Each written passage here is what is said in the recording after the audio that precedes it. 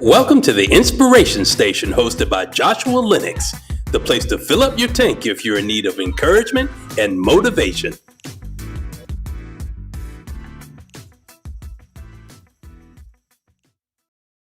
Hey y'all, it is Friday, March the 13th, 2026. We are live right now on the Inspiration Station with the CEO, none other than the Chief Encouragement Officer, myself, Joshua Lenox. So I am so glad to see you guys as you all are making your way in here. Come one, come all, hurry up, because I want to get this stuff to you as fast as I can and let you get back to your Friday, to your family, to your own, whatever it is you want to get back to. I want you to get to that and enjoy yourself as you start your weekend. As you guys are coming in, please let me know how you're doing, how your week has been so far. I know it has been exciting, right? It's been enthusiastic. It's been wonderful. It's been magnificent. And you've had challenges because guess what? You're a human. So we're always going to have challenges. However, let those challenges continue to remind you that you are an overcomer and there's nothing that can be thrown your way that you can't get the victory out of, right? As we're coming in, hello to everybody on YouTube Live, Facebook Live, LinkedIn Live, YouTube Live. Did I say that already, y'all? Oh, I'm gonna say it again. Instagram Live.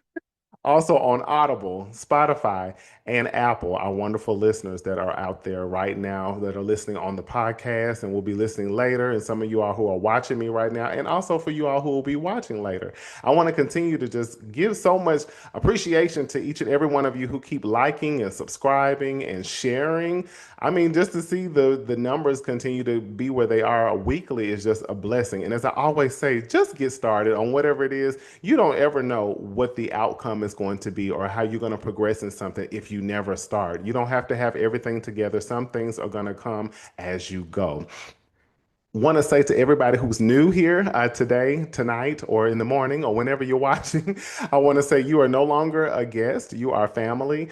You're stuck to us now. You're stuck like Velcro, cement, glue. I mean, whatever you want to say. You will be here every Friday at 7 p.m. Eastern Standard Time, okay?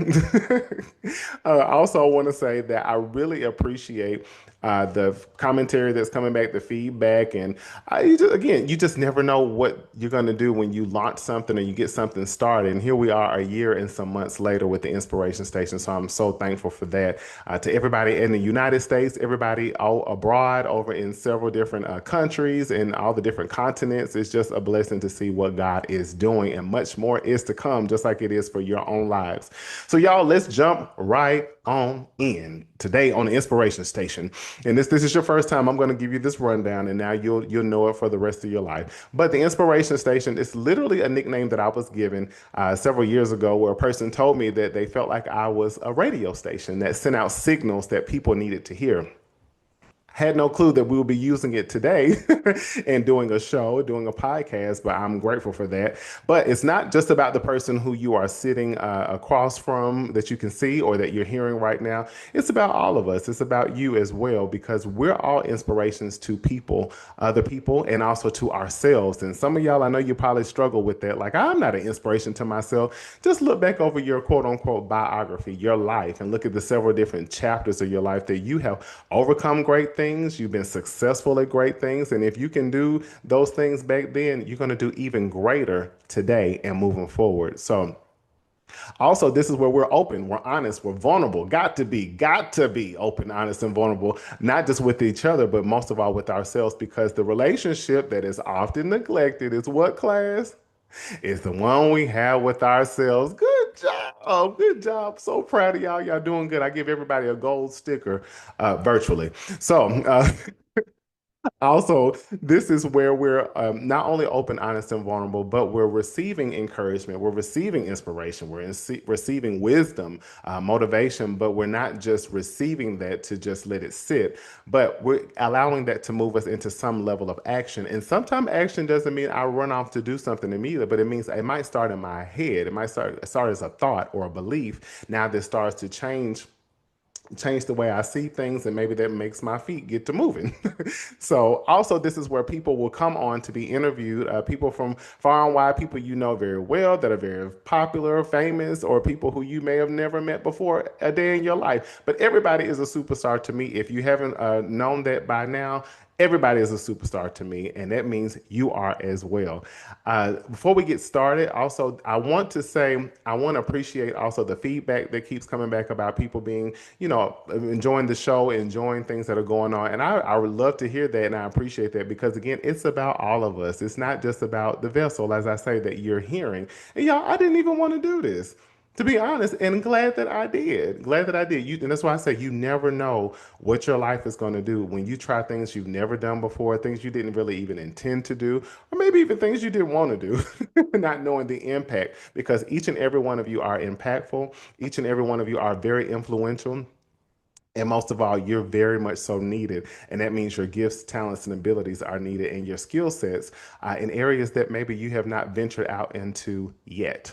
So I want to jump in, y'all. The title of tonight is called Preparation to Prominence. Say it with me, y'all.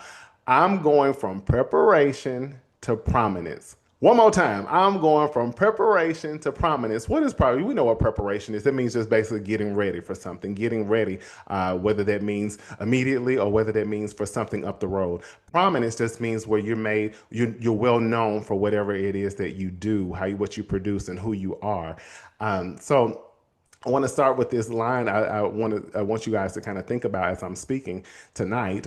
You have been exposed to who you're becoming and where you are going, and nothing is wasted in what you're being prepared for right now.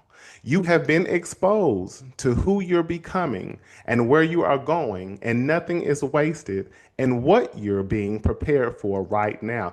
That's right. And if you hear that right now, you all have been prepared, being prepared for something at this very moment, even under the sound of my voice. I know you're like, what am I being prepared for? Pay attention to your life. What are some things that you're gearing up for? What are some things that you're visualizing, that you are brainstorming, that you're praying about, whatever it is? You're being prepared for something right now, and nothing has been wasted to get you to this very point. And when I say the exposed thing, I heard TD Jakes say several years ago that you've already been exposed to where you're going. You just don't know it sometimes immediately. So we're going to talk about that. We're going to talk about three important figures in my life, people who I think are very great, influential individuals to maybe even many of you out there, but they have been in my life. And I want to just talk briefly about them, hit on them really quick, and we're going to get out of here. But how they were prepared to be the prominent people that we learned of them to become, and not realizing the stages that they had to go through to get to where they are. Because many of the people that I'm talking to right now, some people probably think that you're an overnight sensation, or they see you being so successful and all the great things you're doing, and they just think that this happened just like that, not realizing that you've been prepared for such a time as this, and it took a lot to get you where you are at this very moment. And there are still more things for you that you're going to do that are even greater than right now that you're being prepared for. So first person I want to talk about is Wilma Rudolph. If you don't know who Wilma Rudolph is, then you can log off right now. But she's, of course, a gold medalist of the Olympics of 1960, where she got, goodness, a gold medal in the 100, 200, and the 4x1 relay. She tore that last leg up. She is, of course, born and raised in Clarksville, Tennessee. But one of the things that I love about her is that where she started with adversity. She was not the person who, as a child, no one would have ever really discovered or thought that she would be this Olympic medalist that she became. But she had polio at the age of 4. And again, keep in context, when I'm speaking about these people, we're talking about preparation to prominence. So you're always being prepared, and you're also being exposed to where you're going to go. She had polio at age 4, and her left leg was paralyzed, y'all. She had issues with her left leg up until she was about 12 years old. She had to get a brace put on her leg by age 12. Do y'all know that her mother used to walk with her? And let me back up. She had 22 siblings between her father's 2 marriages. 22 siblings. That's a lot of people. That's a lot of children to feed. But her mother would walk her to the doctor's office when I think they went once a month. It was a 90-mile trip, round trip. 45 miles one way, 45 miles back, for y'all who can't calculate that fast. But Can you imagine? I mean, like today, some of y'all ain't gonna walk 45 minutes. Some of y'all ain't gonna walk 45 seconds without getting in the car or getting an Uber or what's the other one, Lyft or whatever it is. But they were walking once a month to the doctor, 90 miles a round trip. And as they were doing that walking, Wilma's legs started to get stronger. By the time she had the brace at 12, her siblings actually would take turns and massage her left leg, massaging her leg to try to get it strengthened. And now when I'm even talking about, I'm like, what was so pressing about getting this child to get strength in her leg? What was going on about that? And also because she did want to play, she did want to run, she was just limited. Well, y'all, you fast forward, she went to high school. Let me back up. She was told she would never walk again. Her parents were told also that she would never walk again. Mind you, by 12, she's got this brace on her leg. Her mom has been making her walk with her all these miles, and it strengthened her leg. And her siblings were playing a part by massaging her left leg. By the time she was in high school, she was a basketball and track star. So much so, Ed Temple of Tennessee State University, he was the coach, late coach of the Tiger Bells there, the women's track team, and he saw her in high school in Clarksville, saw her, recruited, wanted her to run for him. She was 16, y'all, when she went to the Olympics. Now, y'all did remember I said she had a brace on her leg at 12, but by 16, she's in the Olympics. Y'all hear that pin drop? Yeah, I know. 1956. She got a bronze in the 4x1, the 4x1 relay. Fast forward 4 years later, in 1960, as I told you guys, she got a gold medal in the 100, the 200, and the 4x1 relay. And she was the last leg. She was the last leg, and I'm telling you, she brought that thing on home. What are we learning from Wilma? What was she being prepared for to be if she became world renowned in the Olympics? But she could barely walk when she was a little kid. Look at the preparation it took for her to get to the track, to get to the Olympics. She had a paralyzed left leg that had to be strengthened. Her mother would have her walk with her to the doctor once a month. Her siblings played a role. Sometimes, we have to have people who are going to help us along the way in massaging her leg, even though she was told she would never walk again. Then she continued to play and do things. So then when she got to high school, she's playing sports. Playing basketball, that's a lot of running. She was running track. That's a lot of running. You have conditioning. You have you have to have a lot of discipline. You have to have a lot of dedication, a lot of endurance, a lot of stamina. So she's having to be, moving quite a bit. That would lead her to be 16 years old, not even out of high school yet, to go to the Olympics, and she's running with a college college team. How do you do that? So do you see what I'm saying? She was prepared at a young age, from that age 4 up until 16, just to get her to the Olympics. And then not only that, she turned 20 and she's getting 3 gold medals. What?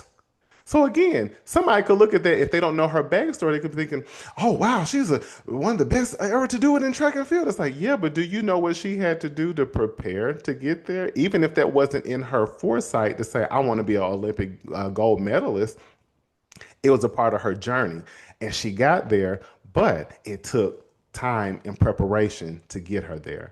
Next person I want to talk about, which y'all have heard me speak about before, these next two especially, but Whitney Houston, of course. Love her dearly, rest her soul. Y'all, many of you probably know about her life, but maybe you don't know some points that I'm going to point out. I'm a huge fan of hers, so I kind of know everything. We went to school together, actually, back in East Orange, New Jersey, but let me stop before the lightning strikes. But Whitney was, of course, growing up in church singing. And, if you're anybody who grew up in church singing, put a fire or put a hand or something in the comments. If you grew up singing in the church, that's like training. That especially if you had a choir director who didn't play or a minister of music, you were going to sing right, correctly. And so it was training. So, of course, she grew up singing in the church, and, she enjoyed singing with her family and things of that nature. Dionne Warwick is her cousin. Come on now. So, you think the whole family sang crazy noisily. I mean, they had the drinker singers, which was Sissy's, her mother, Sissy Houston's siblings. They sing together. So she grew up around it. She couldn't run away from it. But when she decided that she wanted to be professional, her mother put the hammer on her and she asked her, "You sure you want to sing or do you want to be in showbiz?" And she was like, "Well, what's the difference?" And she like, "Oh, showbiz is totally different. That's a monster in itself." She wanted to sing, so Sissy would rehearse her rigorously to some points where Whitney wanted to quit. She wanted to quit. She told she didn't want to do it anymore. And Sissy was like, "Oh no, you're not going to waste my time. And you're not going to, you said you want to do it, so you're going to do it." Whitney didn't realize what she was getting herself into. Now, in the midst of her being rigorously trained by her mother, she was actually modeling. At one point, she was modeling, and she was actually the first black woman on the cover of 17 magazine. But before she got to the cover of that magazine, you talk about Whitney was 14 years old and singing background for famous artists with her mom. And sometimes tag along with them would be Luther Vandross. She sang background on a lot of songs for Shaka Khan and several other artists, but one that she sang on is something that she would cover when she became a full-blown artist herself, which was "I'm Every Woman." Sissy Houston, Whitney Houston, and Luther Vandross sang on background for that one. And another song called Papillon, aka Butterfly, Black Butterfly, for Shaka Khan. So she was already in the studio doing a work. She was already putting in work. She was singing background for Sissy at Sweetwater's in New York. And Sweetwater's, you could have any and everybody come through there. Clive Davis, several different artists, and she would sing background. And sometimes Sissy would bring her to the forefront. So she's training, pushing, pumping her, and she's not letting her take any breaks. And again, even up until those points, she wanted to quit. But you got to think about it too. She was surrounded by artists even as a child. Aretha Franklin, she would be in the studio when Sissy sang background for Aretha Franklin. She was right there in front of a legend. And again, traveling sometimes with Dionne Warwick, her cousin. So she was going to see her, I know a lot of times in Vegas. And so she was being exposed to all of this stuff, not knowing what's coming up for this one when she gets older. One of the things I want to say that stands out to me about her too is that she was actually signed to Arista Records in 1983, but her album did not come out until Valentine's Day of 1985. So even in that, think about everything I'm saying. She started singing in church. She told her mom she wanted to sing, so her mom was like, "All right, I'm finna put it on you. You shouldn't have said anything." Rehearsing her rigorously, very tough on her, very hard on her. Y'all probably can imagine she probably slapped her a few times, but pushing her. But then Whitney was exposed to being in the studio, doing studio work, doing background vocals for many people, especially Shaka Khan. She was already among Luther Vandross and things of that nature. He's like a big brother to her. So she had been around music royalty and she was getting a taste of what this can look like, not knowing what was about to come for her. So when she got to Arista and signed in 1983, somebody could think, well, what was she signed? Well, didn't her album come out the next year? Preparation. Preparation. They wanted to make sure they market knew what her sound was going to be. They wanted the songs to be perfect. What was her look going to be? All the people they wanted to back her. All of these things had to go into preparation mode for her to put her out in 1985, only to catapult her because that first album got her a Grammy. Not every artist gets a Grammy for their first album. She did. And then, as you all know, her career skyrocketed. So all the work that she put in to get right up into that point to produce her first album would take her on for the rest of her career. And as y'all saw, she never sat down. Especially when she got in the early 90s to do Bodyguard, she never sat down. So that's my thing with Whitney. She was prepared to become prominent. She was prepared for prominence through church, mom, family, exposure, and then going to Arista, and the rest is history. Last person, Michael Jackson. And one thing I want to say, y'all, I'm so excited about next month because his movie is coming out and his nephew is playing him. And I'm not going right away because I know it's going to be packed and crazy and everybody's going to have on their Michael Jackson stuff and all of that. I just wait until, I can breathe to sit in this theater, and be safe. Now I think everybody's going to be moonwalking across the room while I'm trying to watch it. So Michael, many of you know his story. I mean, I feel like Jesus is the most famous person you're going to ever come across Jesus is first. But then I feel like Michael is not too far down the list. But Michael, he studied as a little boy. He would watch TV. First of all, I remember his mother said something in an interview. She said she knew he was going to do something with moving because they had a rickety washing machine. And when it would make a tick-a-tick-toon, tick-a-tick-toon, tick-a-tick-toon sound like that, he would get up and dance to it. And she was like, it's something about him. I don't know what it is. But he also would watch James Brown and Jackie Wilson all the time. He watched their moves, their voice, especially Jackie Wilson, his singing voice.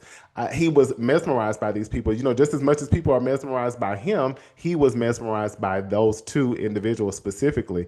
And doing that, he and his brothers, they practiced. Y'all saw the movie The Jacksons, An American Dream. Joe was a tyrant. I don't want to say tyrant. I just think he was a strict disciplinarian because he saw that they had a gift and a talent that could take them from the bad area of Gary and really skyrocket them as a music group because he was in music as well. But they practiced for countless hours. Michael was 5 when they started over and over and over and over and over again. They would do talent shows. They would do local things. They would go to Chicago and do things at night. They would travel around when they could to in close proximity just to get exposure so they can get their name out there in a way. So a lot of times people can look and think they started rehearsing and they just jumped to Motown. It's like, no, they went through a couple of years of having to hone their craft, get used to crowds, get used to any kind of crowd. Sometimes they were in places where people were doing strip tease, y'all, but it was all a part of it, right? They were being prepared. They were being primed for what was to come that they didn't know. But Joe obviously had a vision for them and he saw where they could go. So that's why he pushed so hard. People say, you know, he was a tyrant and he was hard on them and he should have been more whatever. I'm like, well, I'm not going to get into all of that, but it really produced music music royalty that we've never seen before through a family and then also through individuals in that family. So saying all of that is also when they got to the Apollo finally, of course, this gave them greater exposure. But it was Bobby Taylor. A lot of people think that the Jacksons were discovered by Gladys Knight, or they think it was Diana Ross. Diana Ross just was the person who, when they got to the Hollywood Palace, she could present them, and that would give them more of a hand, I guess, a hands up in the industry or things like that because of who she was already. However, Bobby Taylor discovered them, and he is the one who got them set up for their audition at Motown. So, of course, when they get to Motown, y'all knew what the Motown sound. You got the Temptations, Stevie Wonder, Martha and the Vandellas, the Supremes. I mean, the Four Tops. I can go on and on. Mary Wilson and Mary Wilson. Wait a minute, hold on. She was in the Supremes. Some Mary Wells. That's what it was. Several different amazing artists, all in this factory called Motown. So, of course, when the Jacksons got there, Michael was a sponge when he was a kid. He soaked up everything. He asked several different questions. Anything he wanted to see or he wanted to know, he was very inquisitive. Also, he learned a lot about the business, not only through Joe, but also through Berry Gordy. He watched how he managed his artists. He watched how he ran things. He watched with things with PR. And also, you know what? This is a quick side note, bonus note. But Berry Gordy modeled Motown after the Ford plant that he worked at when he was younger, before he had Motown. So he took the assembly line way of doing things and applied it to Motown. So, of course, when you came into Motown, you were going to go through etiquette, you're going through vocal coaching, choreography, teaching you how to do interviews, teaching you how to walk. Again, the etiquette, teaching you how to walk right, talk right, how you carry yourself. Artists are A&R. They had to learn about artists and repertoire. He wanted them to really be groomed and polished before they went out to the world. That's why they had such a success. So even in that time, Michael was glued to Berry Gordy. So he paid attention to everything. And then he also would glean from other artists and learn there too. They used to call him a midget because they felt like he was just an adult in a child's body. I don't know if some of you all know, but Michael actually was not a solo artist when Off the Wall came. That was not him becoming a solo artist. He was a solo artist starting in 1972 when they put out the album Got to Be There. And actually there were 4 albums. Let's see. So you had Got to Be There, then you had Ben, then you had Music and Me, and then Dear Michael. So you had those albums to come out before he did Off the Wall. So Michael got exposure right then on what would it be like to be on my own, even though I'm still performing with my brothers. What would it be like when I'm going to the studio and it's just me? What would it be like when I'm being on? I think it was on the Academy Awards and they let him do Ben. He was learning then what would it be like to stand alone, even though I'm still with my brother. It's like he got a taste of it. But of course, when he went to do The Wiz in the late 70s, he was in New York for 6 months. He got to spread his wings, going to Studio 54 and, talking to other artists, getting other ideas about sounds. And he always talked about it. He had so many different sounds within him, and he just felt like he was limited with his brothers. Well, a match made in heaven, a marriage musically, was with Quincy Jones. Quincy Jones, of course, he asked him to be his producer for him for Off the Wall. And I mean, that took Michael to the next level. That was his first adult solo album. And after Off the Wall, y'all see what we got. What's my point? He did not become this prominent, legendary icon, uh, of course, overnight, but he started as a child right there in Gary, Indiana with his brothers.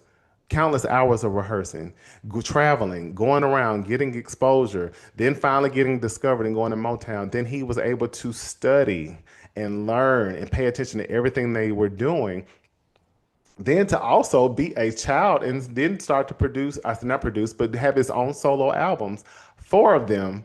So it's like he was learning and exposed. What would it look like if I'm by myself? What would it look like if I'm on stage and my brothers are not with me, even though I'm still performing with them? Excuse me. Then to go off to do The Wiz, a movie, his first movie he did. For 6 months, he's got this freedom, and it's like, I want to do something different. Well, Michael had already been around Motown, Berry Gordy, and several other different people, so he kind of knew what he wanted sound wise. He knew how to work the studio. He knew how to do those types of things. He knew how to conduct certain levels of business, negotiate things. So he was prepared. And then after Off the Wall, he went to the next level because y'all know we got Thriller, then we had Bad, then we had Dangerous, then we had History. And I mean, I can go down the list. I told y'all I'm no joke when it comes to Michael. But my point with Michael Jackson is look at where he started. All those things started as a kid to prepare him to become the solo artist. It was not a surprise. Just like for Whitney, it wasn't going to be a surprise that she became Whitney Houston. For Wilma Rudolph, it wasn't going to be a surprise that she was going to be some level of greatness, especially after she overcame the polio and then she actually overcame having the leg brace, and she kept moving and got stronger and became a star in basketball and track in high school to get discovered, only to go off to the Olympics twice. So I'm saying with all of these people's stories, I want you to think about three questions for me. This is your homework and something for you to apply right now. And I'm going to let y'all go, right? Your class will be dismissed. But I want you to ask yourself this. What have I been exposed to that led me right to where I am today? What have I been exposed to that led me right to where I am today? Number two, what am I being prepared for right now? I know some of y'all are maybe, depending upon your age or anything of that nature, I don't want to hear it because you still have time to be prepared for things that you still have your heart's desires are not fulfilled yet. You have heart's desires, prayers, dreams, visions you want to come to pass. What if it's for such a time as this? So even right now, what are you being prepared for? It's not too late. It might doesn't mean that you needed to acquire certain things, learn from things, get wisdom, gain knowledge to get to this very point to where you're more equipped now. And keep in mind, like I've told y'all before, sometimes you're prepared before and sometimes you're prepared in it. The last question I want to ask you is what is being developed in me that I have already had glimpses of? What is being developed in me that I have already had glimpses of? I'll go to Michael really quick. There were things he talked about he would see himself doing when he was growing up, later in his life. So it's like, as he was going along, his pilot was like, oh, I saw this stuff that was going to happen. Some of y'all have had the same thing happen to you already. You've gotten glimpses of stuff. You've been developed in certain things, and you already have had the glimpses of the things, and you just have not attained it yet. You haven't gotten there yet. So again, what is being developed in me that I have already had glimpses of? There are things you've already seen that are going to come in your life that you're going to walk out, and you just haven't gotten there yet, but you're being prepared for it. All right? All right, y'all, the last things I want to say, and I'm really going to let you go. You may think that you are surprised by how your life turns out. but you actually knew you would do what you were doing because you were exposed to it. You may think you are surprised by how your life turns out, but you actually knew you would do what you're doing because you were exposed. You were exposed to it, I promise you. And if I can give you a quick example, I know I'm gonna let y'all go. A quick example. I remember, again, people ask me all the time, well, did you know you was going to be a counselor? I was like, no, not really. I mean, I knew I was going to sing and I was going to dance and I was going to act. I knew I was going to be of some level of always wanting to encourage people, uplift them. But it made sense once God led me to my masters, both of them, one in pastoral counseling and one in professional counseling. I didn't understand at first, but then it made sense. I'm like, well, people have always come to me. Even when I was a child, adults would come to me and confide in me and tell me their business. And, people have always trusted me, which I'm very thankful for. People have always found me to be very trustworthy, knowing that they're safe with me. And I didn't understand it, but then I'm like, this makes a lot of sense. So even talking about the glimpses of things, I saw myself, I was 7 years old and I saw myself in a uniform. I didn't know it was me. It was a guy on a football field with girls behind him that had on gold tops and black bottoms. The guy had on a black and gold top with black bottoms. And when I was standing on the field in, I think 2006, I was standing on the field and we had a coach at that time, just that year. And I started crying. And she said, Josh, are you okay? I said, I'm the guy in the dream. And I was like, that was me. And the dream I had when I was 7 was like just like 2 seconds, just enough for me to remember a picture. And I was the guy in the shirt. So in the gold and black top and the black bottom. So what I'm saying to you is, even prophetically, in a vision, there are some things that God has already, some snapshots he's shown you that are going to come to pass. So last thing I want to say is I want to repeat what I mentioned earlier, is that you have been exposed to who you're becoming and where you're going, and nothing is wasted in what you're being prepared for right now. You have been exposed to who you're becoming and where you are going, and nothing is wasted in what you're being prepared for right now. Everything that you need to go through, the good, the bad, the ugly, has prepared you for where you are now and also where you're about to head. So, as always, y'all, I love you. Please just love on somebody more than usual. If you care about people, I'm sorry, not even just care about people, but if you love somebody, let them know. If you're proud of somebody, let them know. If you are just wanting somebody to go and be the best them that they can be, let them know. If you need to forgive somebody, forgive them. Sometimes it might not be one-on-one, it might be between you and the Lord. But don't withhold things that you know you need to say or you feel led to say. If you love somebody, let them know. And sometimes it might not even be through your words. It just might be how your actions are and how you show up in their life consistently. So I love y'all. I will look forward to seeing you guys, as always, next Friday right here at 7 p.m. Eastern Standard Time, 6 p.m. Central Standard Time, 5 p.m. Mountain Time, 4 p.m. Pacific Standard Time. And as I always say to everyone over in the international lands, far and wide, you all know your time zones, and I know a lot of you all watch later on because of the time zones. But I also know some of y'all watch very early, especially even right now. It's morning time where some of you guys are, and you are watching at this very moment. So I appreciate that, and I'm glad that y'all are here. So I love you. You've always been good. You've always been great. Always been great. You're just getting better, and you're embracing it, finally. You've always been great. You're just getting better, and you're finally embracing it. I will see y'all next Friday, right here, right here. Be safe now. Stay out of trouble.